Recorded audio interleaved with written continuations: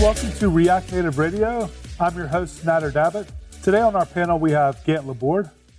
Hey. And our special guest today is Christoph Nakazawa from the React Native team. Welcome to the show, Christoph. Hello. Thanks so much for having me. Thanks for coming on. It's really, really exciting to have you on. Infinite Red is a US-based consultancy specializing in React and React Native. They do mobile app and web design and development.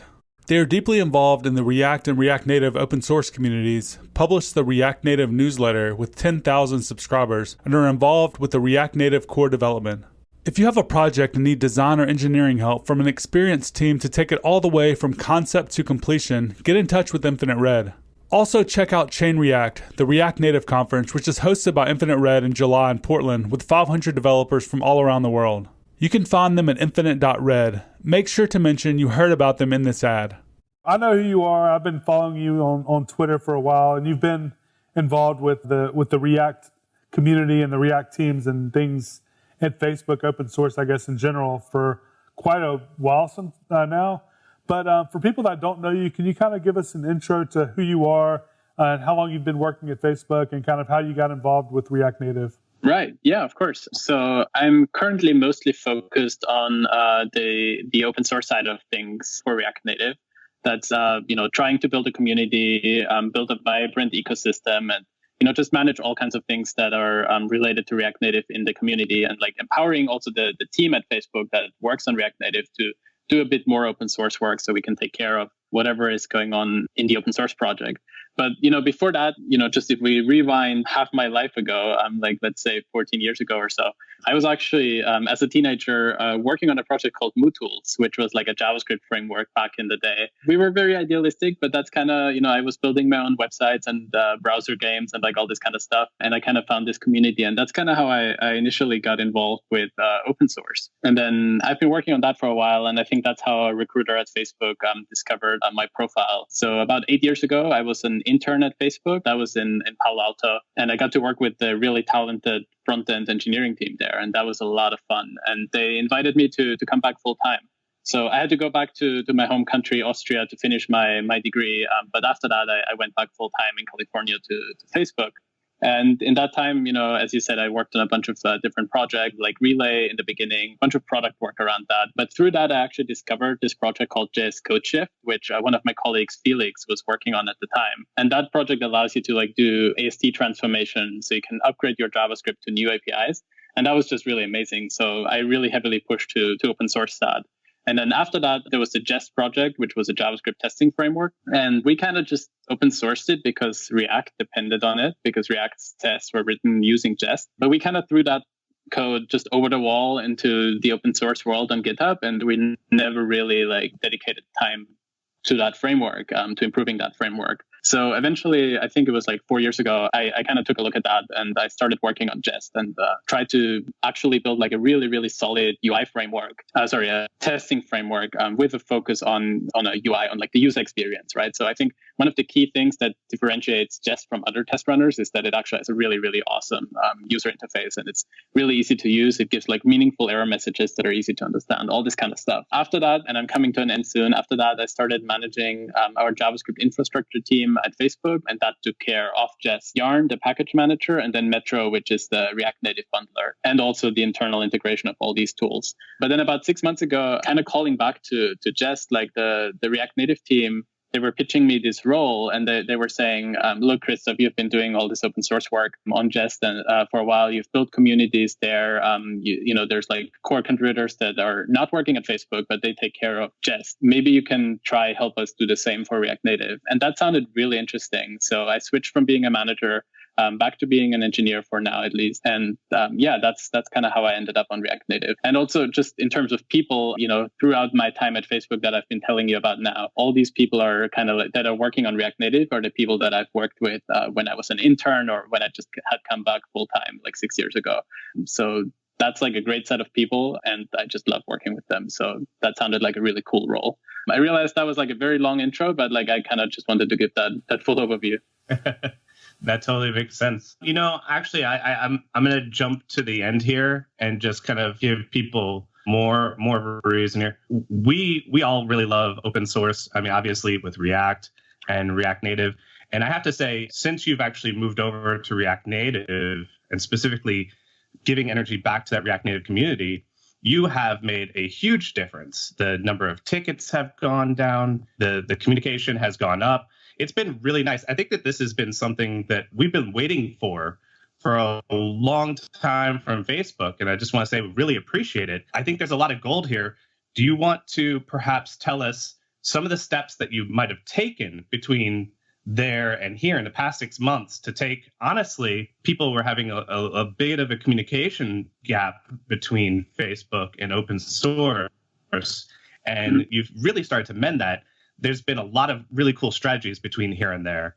Which ones kind of stand out for you? Yeah, no, that's a great question. Thank you for that. Just, going back to why this kind of hasn't happened before, it's not like that the React Native team was like, oh my God, open source, we do not care about that. Everybody really, really cares about open source. It's just that, you were saying that you had a chat about Marketplace earlier. There were like really specific needs that React Native had to fulfill to make Marketplace successful inside of the Facebook app at Facebook. So, it was kind of like an all hands on deck kind of situation, heads down, like make this thing really awesome. Because, what happens is if this project goes really well and it has a lot of users, then that will just increase usage of React Native at Facebook, but also then it will allow us to keep working on React Native and making it a lot better. And then it will also increase adoption externally because we have like really great success stories, right? So it's not like that the team didn't want to work on open source. A lot of people wanted to, but then they chose to work on something that they thought was actually more important, right? And I think at the end of that, like the team realized, well, actually there were a bunch of bad architecture choices, which at the time were probably a really good idea, but now they don't look like that. So let's rewrite React Native, right? Now that Marketplace is in a really good state. But also, let's figure out how we can take care of the open source community. And just to answer your question, when I came on, I was kind of like asked to, help figure this out. And Hector, he's awesome. He's also working on React Native. And he already made like a really good plan, right? And I kind of thought, well, I have no idea what I'm going to do. But Hector made this plan. He wrote a blog post. So I kind of just, read all of what he had in there. And I thought, wow, that sounds like really great. So the way I saw it is my job was kind of like, how do we get there, right? Like, how do we build great community, a vibrant ecosystem of like third-party modules? And then how do we do lean core, like all this kind of stuff, right? So I kind of just took all of that and tried to figure out, okay, what can we do to really go through that, to get to this end state where we want to go? One of the things that I tried to do is really just listen to people about what their problems are. So there's this issue that I created. It's called, What Do You Dislike About React Native? And that's also something I used to do internally at Facebook when I was running JS Infra. There, I actually called it, What Do You Hate About JS Infra at Facebook? I thought in open source, I'm just going to, tone it down a little bit, ask, what do you dislike about it? And there, like that was just gigantic. Like there were like, let's say 150 or 200 or so comments on it. And that was like just really, really good to kind of see, okay, these are the problems that the community is actually having. And then kind of figuring out, people were voting on them, like what are the top problems? And then what are the top problems that we don't run into at Facebook, right? So one of the key things was upgrading, right? And we never upgrade React Native. So we just have no idea how much of a pain that is. Because the way it's working at Facebook is that whenever you send a pull request or whenever we make a change at Facebook to React Native, it lands internally in our gigantic code base, and then it syncs back out to GitHub. What that means is actually when you send a pull request, that code that you have changed immediately, and like engineers at Facebook are actually getting those to test that version of the app. So whenever you make a change to React Native, we are going to be the first, like just a process that we operate with. The point I was trying to make there was that we just run master and we never have to upgrade things. And then based on that, what I tried to do is figure out what are the problems that people listed that we also have at Facebook, and then figure out whether we can just solve them, because eventually we'll run into it. For all the problems that we're not running into, like upgrading, I tried to just figure out what is the current status, where do we want to go, and then try to figure out if there's people in the community that are excited to work through those issues. And then next to that, one thing that I did, and also feel free to like cut me off when this is like going on too long, but I'm just trying to kind of explain all the steps. This is all good information, so keep going. Right. Right. So next to that, I was trying to migrate. We had like a Slack channel, but Slack didn't really work that well for a bunch of reasons. So we tried to migrate that to Discord. And there, I kind of feel like when you have a set of core contributors, you always want to have like a way to reach them in like a chat, like in like a very quick communication medium. So we migrated all of that community to Discord, and that has been going really well because people are just more active there for whatever reason. So we went to that group, and I was kind of like, okay, who of you are like in Europe or, wherever you are, it doesn't matter, but who is interested in coming to London to hack on React Native for 3 days, right? And about 14 people actually signed up to join. And a few of them were Eloy from Artsy or Mike Grabowski from Callstack. And they actually got together and they were like, hey, how can we fix like upgrading and improve our linking story? And for 2 days, they were hacking on this auto linking strategy that we're hopefully going to launch in the next release of React Native, where instead of when you link something like a native dependency, instead of changing your project files or your Java files, it will actually change that to a build step so that you have artifacts that are generated during your build step that are linked into your app, which means whenever you're upgrading React Native, it's not going to touch your template files. So that means that those files are not going to have merge conflicts anymore when you upgrade. So those are the kind of things that I try to just find owners in the community who can like work through those issues. And then I guess next to that, I guess it was the lean core effort, right? Like that's the final thing that I would like to call out. It was just, it was already kind of going on with like the web view, but I was kind of like, how can we actually reduce the surface area of the React Native project so we have fewer PRs and then fewer issues that we need to take care of so that the project is more manageable. And, how can we split out all the components that we don't want to have in core, right? Because what should React Native be, right? It should be the basic building block for building your mobile applications, but it shouldn't come with every possible feature you might want to use. And then also, we shouldn't compile all that stuff into your app, because it increases app size and slows things down. So I tried to focus on that. Actually, there was one more thing I do want to call out. Sorry, it's going on for a while, but the last thing was reducing the amount of open pull requests. And that one is important because I thought that the people who are sending pull requests are the ones that are, already trying to contribute and they're already making positive changes, right? Like every PR is possibly a really good bug fix that we at Facebook might also benefit from, right? So when I started in early December, we had 280 open pull requests. And right now we have about 45 open pull requests, right? So we got the number of open PRs down by quite a lot. But when we actually looked at how many pull requests we had to close to get to that number, it's not like 240. It's actually 800 PRs that we had to manage in that time. And almost 600 of them we merged. And the crazy thing is that that is pretty crazy, right? And we didn't even kind of realize like how big the scale there is. What we realized is that when we started merging and responding and closing PRs, people actually started sending more PRs because they were like, oh, people are finally like looking at and merging them, right? So at first, I calculated we got like 3 PRs per day, and now we're getting like 6 to 7 PRs per day. So we're getting like more than twice as many PRs to the GitHub repo, which comes with its own challenges because it means it's a lot more work. And that is also on a reduced surface area where we, already stripped out a bunch of stuff that we don't take care of anymore. So that's pretty exciting. So that's like a complete overview, I think, of all the stuff. Very nice. No, it's so insightful because we as a community, and we've seen everything that's happened over the last couple of years, just hearing, how it all kind of works is really interesting. And watching the whole lean core thing happen, that's been pretty interesting. Gad, you all Infinite Red, you all kind of took over something from that project, right? So how was that working out for you all? Like, how are you, are you all liking being the owners of something that, a lot of people in the React Native ecosystem, are using that used to be part of React Native? I can tell you that it's great to have community help with something like that because, every project, sometimes it's your focus for 3 months, 6 months.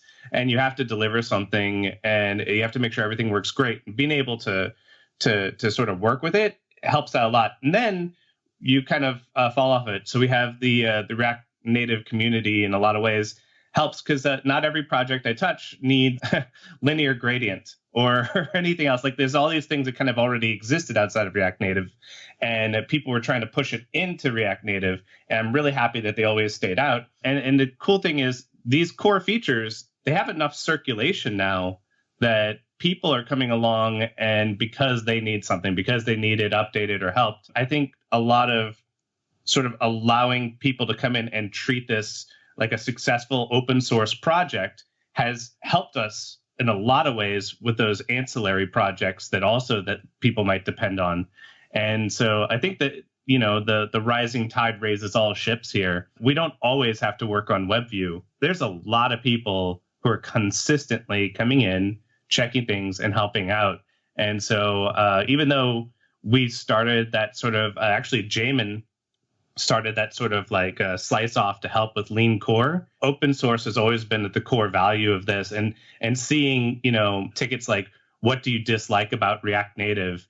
It feels like, I'm really happy to see things like that, because this really feels like open source. And it feels like the communication has hit a new gear, and that kind of just helps everybody out. If you haven't used React Native in the past 6 months, you should definitely come back and take a look at open source on it. Of course, you're listening to React Native podcast, so. But yeah, I think like every time new information comes in, people are updating, and it's really great. I don't think there's any surprises right now. It seems like the surprises are going down. I don't know how it was at the beginning, though. When you ask people what they dislike about something, I'm sure you get a lot of really weird information. So I don't know. Christoph, was there like a weird one in there for like what you dislike about React Native where you are all like, what?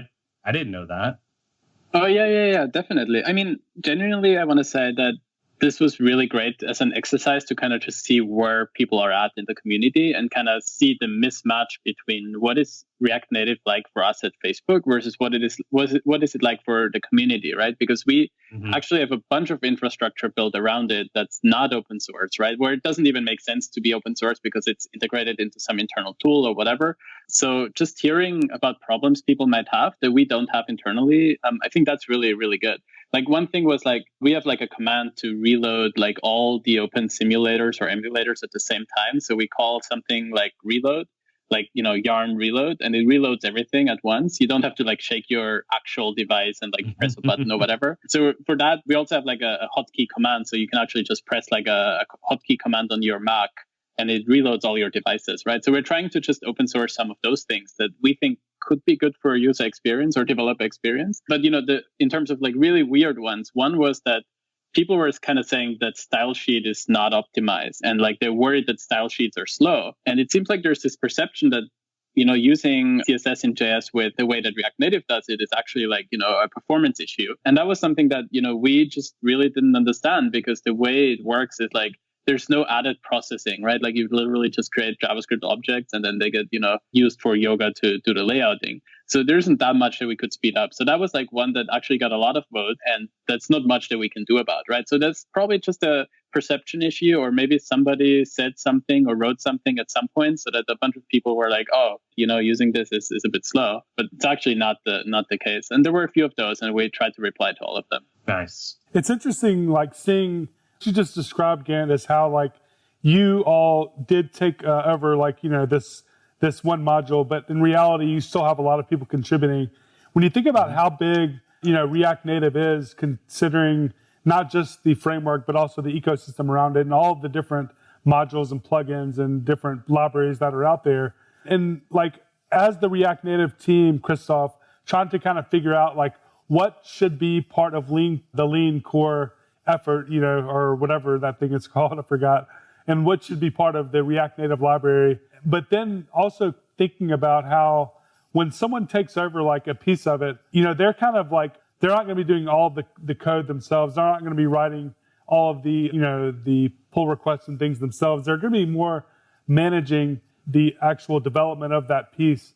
So it's kind of like, if you think about all of the things that were out there, having like separate owners, it actually makes a lot more sense now than when I first heard about it. Because when I first heard about it, I was like, why is React Native, not going to be taking care of all of this stuff? When in reality, it's kind of like you all were, focusing on, I guess, a certain, number of features that you all needed at React Native. At Facebook, I guess. And then maybe some of these other ones were not really getting the attention that they needed because you all weren't maybe using them yourselves. But I don't know. Yeah. I'm kind of curious about like your take on that.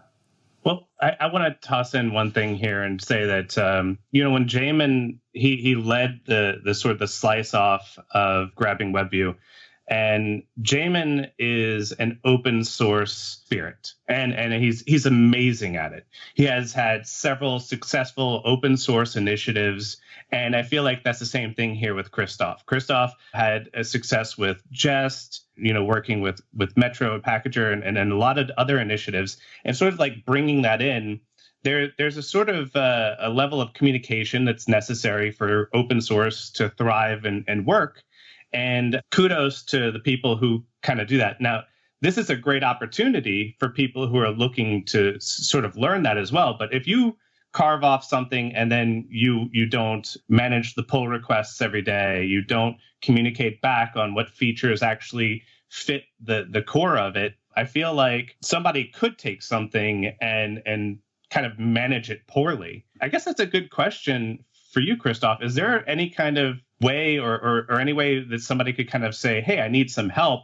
I would like to take this piece of the lean core, or I think it used to be like the slimmening, right?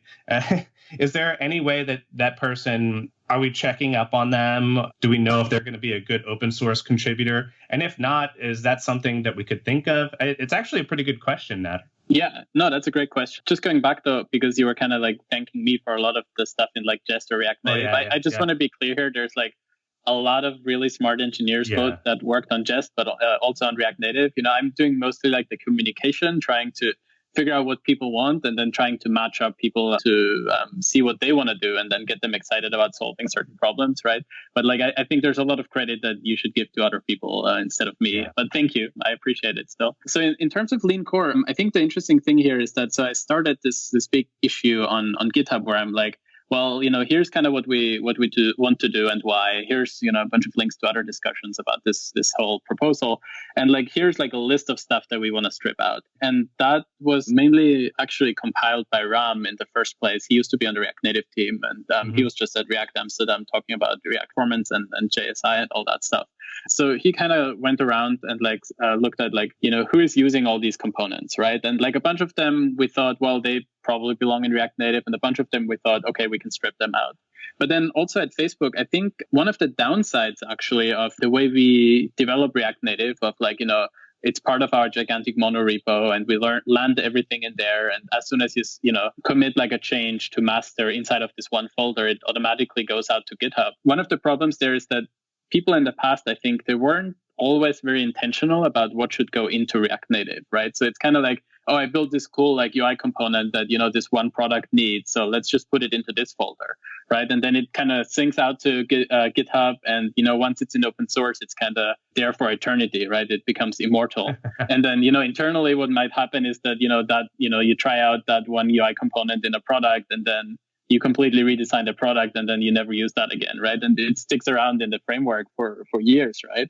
So one part of the Lean Core effort was just to see what are, let's be more intentional about what is in the React Native package and what are the things that shouldn't be in there. And there are different extremes, right? Like one is you literally just have the UI manager and like a view, text, image, and maybe the flat list component. And like literally everything else is like outside of it, except for, whatever you might need to build your own components and like the turbo module stuff, whatever. But like in terms of like UI components, you only get like 4 primitives. So that's like the one extreme view. And the other extreme view is like, okay, let's just put everything inside of it, right? I think where we're landing right now is like somewhere in the middle. And like once the initial iteration of Lean Core is done, we'll probably kind of call it a day for now, and then just try to be a bit more intentional going forward, and like try to stay at this maybe boundary of like, here's all the stuff that most people need, or like 80% of people need, and like not go over that threshold where it's like, if you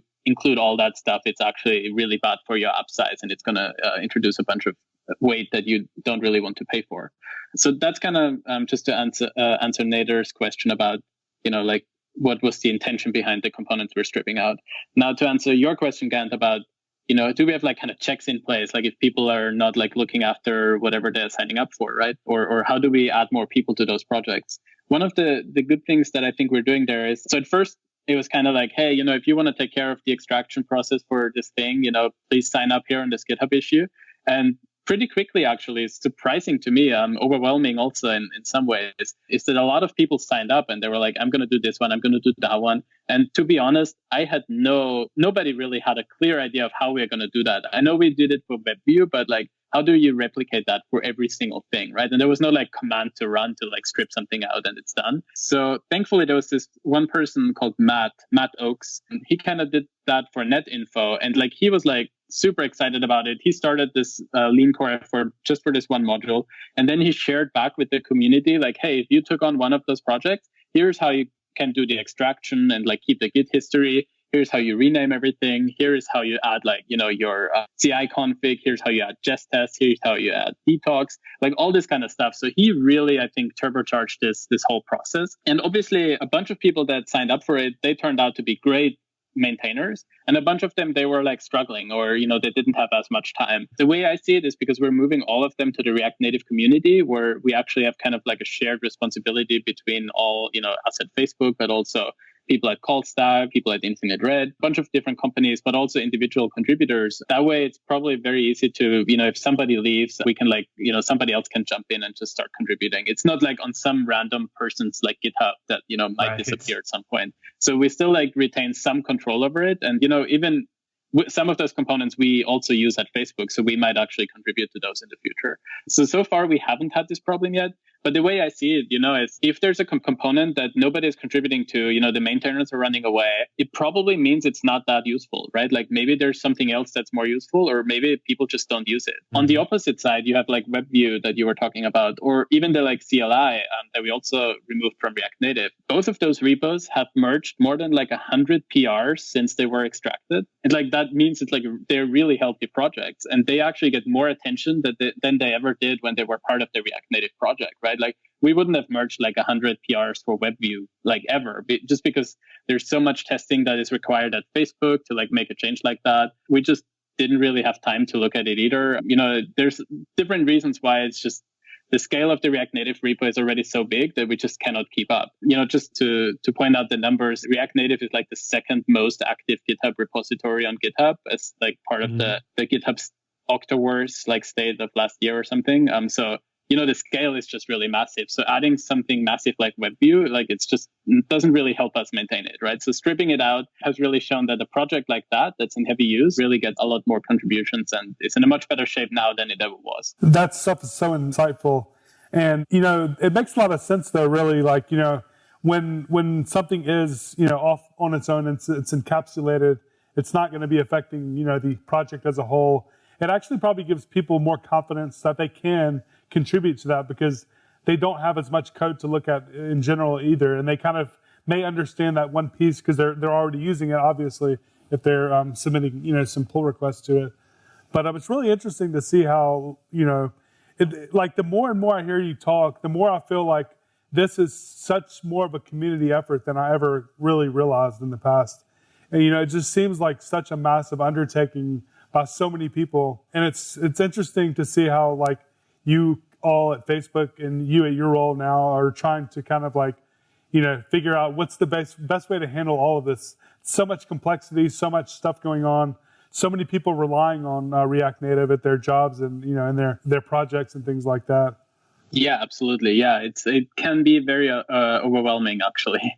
So I have a question. So we're standing here, I think, like looking at a lot of really good progress. What should the future sort of look like? What are we looking at in the next maybe 6 months with React Native? Is it going to be more of refining the same? Is there something else that we should see from the team members at React Native that we should be ready for or prepare for?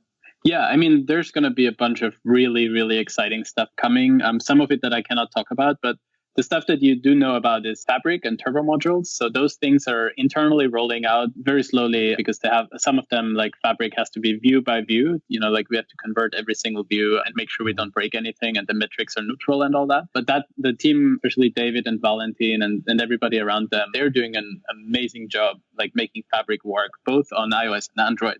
So that one is really exciting because it gets rid of the biggest concerns that people have had about React Native for a couple of years, right? So So last year, Airbnb decided not to keep using React Native. And they had a really great blog post about explaining, here are the reasons for and against React Native and why it didn't make sense for them to continue. And some of the issues that they had with React Native, we definitely agreed with. And we were actually at the same time already working on things like Fabric and Turbo modules to kind of get rid of those performance glyphs, with the async bridge and all that. And, Turbo modules, that project exists so that we don't have to eagerly load every single native module, and so that we can actually lazily load them when they're needed. Because at Facebook, we have 200 native modules. When you load up Marketplace, you're probably not going to need 200, right? You probably need 5. Mm-hmm. So Turbo modules exist so that you only need to load those 5 instead of all the rest of them. So there's a bunch of really big changes that are coming in terms of architecture. And internally, we start calling it the new React Native, because we're really hoping that also outside of Facebook, that people are going to give React Native a new look. And this is the new React Native, and it's going to get rid of all those concerns that people have had in the past. Next to that, I'm really excited about making a new website. I think the React Native website is still stuck in 2015. And while a lot of people have sent a lot of PRs to extend the documentation, and we are at this place, we got to this place now incrementally of here's a little change, there's a little change, but nobody ever kind of rethought what's on the website and how we teach React Native to people, right? For me, there's every week I see a new article about how to get started with React Native, which kind of just shows me that whatever we have in our documentation isn't useful to people, because otherwise there would be no people writing about how to use React Native, right? So those things I want to figure out, just because React Native is so different now than it was in 2015, that we should also just make that clear on the website. And I think having better documentation and better guides on how to get started, that's going to help the next generation of developers get started with it. So those are the kind of things that I'm excited about. And then in terms of community, all the lean core stuff that I've talked about, I'm hoping that that's going to go well. And that, next to Fabric and Turbo modules, React Native itself is also a bit smaller, a bit easier to maintain, that we have a smaller surface area, both for pull requests and issues, so that, we can keep the open source project healthy as it grows. Wow, that's pretty exciting. I don't think I knew about the updated website. That's pretty cool. So is that something that you all have already kind of started kicking around? Yeah, we have ideas, but we haven't really worked on it yet. So we're hoping to get started on that pretty soon. Cool. So I kind of want to kick back to at the very beginning of our conversation. You mentioned something about MooTools. I thought that was super interesting because, MooTools was kind of one of the first JavaScript-y framework type of things out there, right? And I know I always hear Ryan Florence talk about how he kind of got into JavaScript development with MooTools. Did you and Ryan ever have any interaction back in the day? Yeah, absolutely. We had a MooTools developer chat on IRC back in the day, and that's how we met, actually. Yeah, we go way back. It's more than 10 years now, I think. Oh, wow, interesting. Okay, cool. So yeah, I've never used MooTools. I actually got in a little bit later than that. I think jQuery was my first thing. So, but yeah, I mean, I think I learned a lot about open source back then. I think MooTools was interesting because I think it did a lot of things right, especially because it's now obsolete.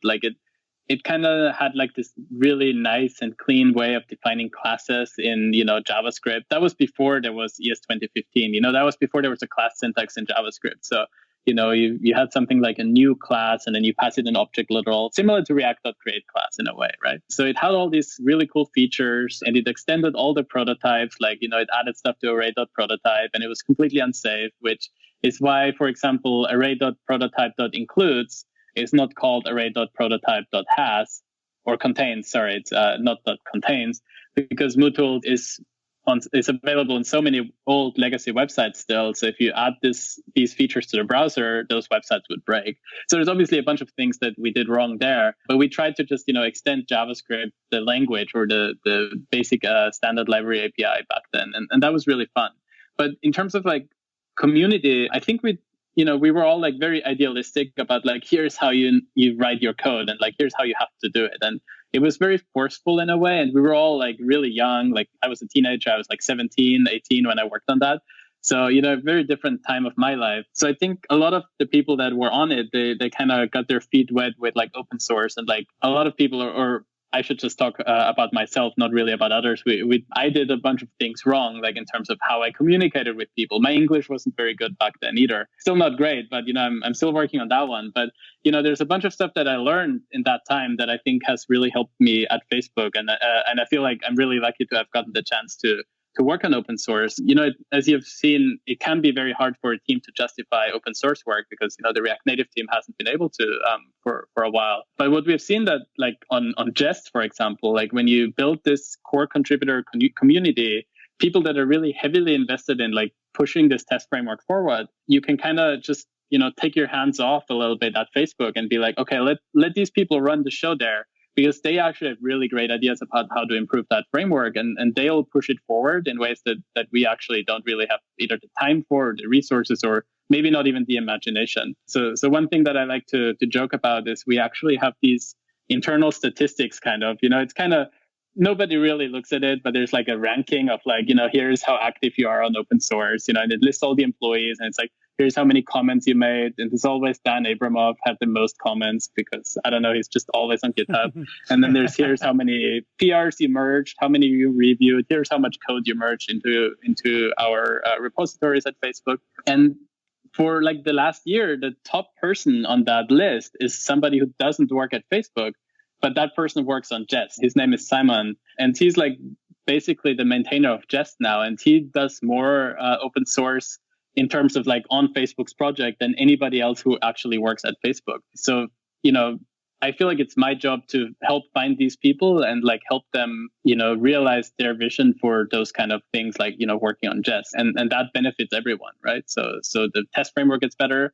That person is super engaged and can like build a vision for that framework. And we at Facebook, we don't have this responsibility of like throwing code over the wall without actually putting support in. There's actually people outside of Facebook that are really excited about supporting it. And for React Native, obviously, it's a bit different because all the code lands at Facebook first. But at the same time, part of my job now that we got everything into a bit of a better state is also figuring out how can we scale that process so that, it's not just seen, or it's not just like Facebook's responsibility to take care of this stuff, right? That actually people see that this is a community effort. There's companies involved like Infinite Red, CallStack, Software Mansion, Expo, Microsoft even with React Native Windows. They all have a significant stake in React Native, and they are helping evolve it, and they are there to maintain it. And then beyond that, there's like this group of really engaged core contributors who are super excited about pushing this project forward. And then beyond that, there's this community that's working on all these amazing components that are like third party or maybe second party kind of community components. So it's also trying to figure out like how do we scale that process. That's interesting. I think it would be really cool to sit down and talk with you one day about just everything that you've learned about how to manage and help, grow open source. Like if someone wanted to like, start their own project, I feel like you'd be able to give just such good insight there. And it might even be cool to see a blog post one day. Not that you don't have a million things already that you're doing, but no, it'd be pretty cool. Like it seems like, the success that you've had and the experience you've had and all that stuff would be, super interesting to hear more about. But if you were to give like a couple of tips, I know you've already given us quite a few tips really around actual things happening, that you've done.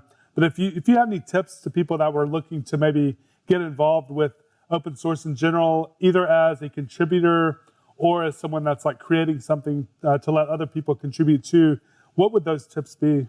Right. Yeah, that's a great question. I think before React Native for the past 2 years, I was an engineering manager, and like at a big tech company, being an engineering manager, I think teaches or requires a lot of the skills that are also very similar in like trying to help an open source community be successful, right? So if you're working at a company trying to help a team be successful, I think a lot of that can be applied to open source as well. One of the key things I think is that, well, obviously when you work on Facebook's open source project, there's a bunch of benefits for us at Facebook that people, are just automatically very eager to contribute, right? That might not be true for every person, starting an open source project. So we do have a little bit of an advantage there. At the same time, I think the key is really trying to find those people that are eager to contribute, invest a lot of time in them, figure out a one-to-one chat on like Discord or, wherever, whatever messaging service you prefer, to like kind of figure out what they want to do, what they're excited about, and then kind of help them get started, right? And be like, there's like often this label where it's like, hey, here's a good first issue where you can get started. But like that is not enough for most people to kind of just go and send a pull request unless they have done that many times before. And then they're not like a first contributor in a sense, right? So, just finding somebody off Twitter who is excited to contribute, quite often like people are like, hey, I have this issue with React Native. Why don't you go and fix it, right? And then just replying to those people and it's like, oh yeah, it seems like that is a real issue. Why don't you send us a pull request, right? That really helps a lot. And then you talk to people one-to-one, get them comfortable with the code base and then get them to contribute. So it's a lot about, understanding people, what excites them. And then beyond that, once they do send a pull request, kind of tease them a little bit and be like, oh, thanks so much for this pull request. Obviously, you should be thanking people because it's really good. Find the next thing that they could work on and be like, oh, thanks for fixing this one thing.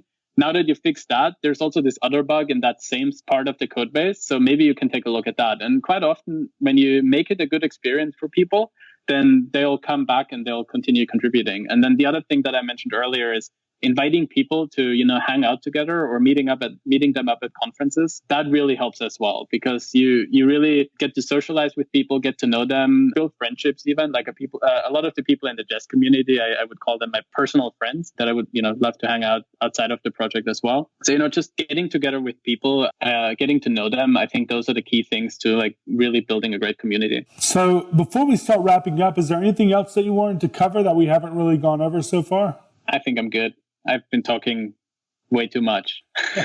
No, it's actually been really great, especially that last part about encouraging other people and kind of like finding out what motivates them and getting people together. It's really, really cool to kind of hear, some advice around that. And it actually makes a lot of sense. I've only actually worked with one large project that I've created myself. And I really was lucky to have a couple of people that kind of came on in a similar fashion.